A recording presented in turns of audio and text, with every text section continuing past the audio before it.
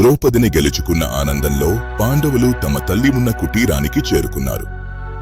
కాని ఆ క్షణం వారి జీవితాలను ఊహించని మలుపు తిప్పబోతోంది. కుమారులు తెచ్చినది ఏమిటో చూడకుండానే కుంతీదేవి ఒక మాట అంది. మీరు తెచ్చిన దానిని 5 సమానంగా పంచుకోండి అని. అదే విధి విలాసం. తల్లి మాట జవదాటని వారు ఇప్పుడు ధర్మ సంకటంలో పడ్డారు. ఒకవైపు తల్లి ఆజ్ఞ, మరోవైపు లోకపు ఆచారం. హృదయాలు భారమయ్యాయి. కాని ఇది అనుకోకుండా జరిగినది కాదు.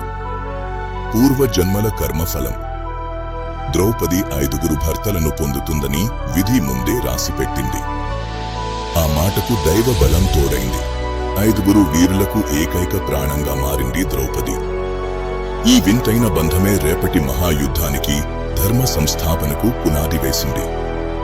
విధిని ఎవరూ దాటలేరు. పాంచాలి ఇప్పుడు పాండవుల శక్తి. ఆమె గౌరవం కోసమే కురుక్షేత్రం రక్తసిక్తం కాబోతోంది. ఇది మహాభారతంలోని అత్యంత కీలకమైన అధ్యాయం.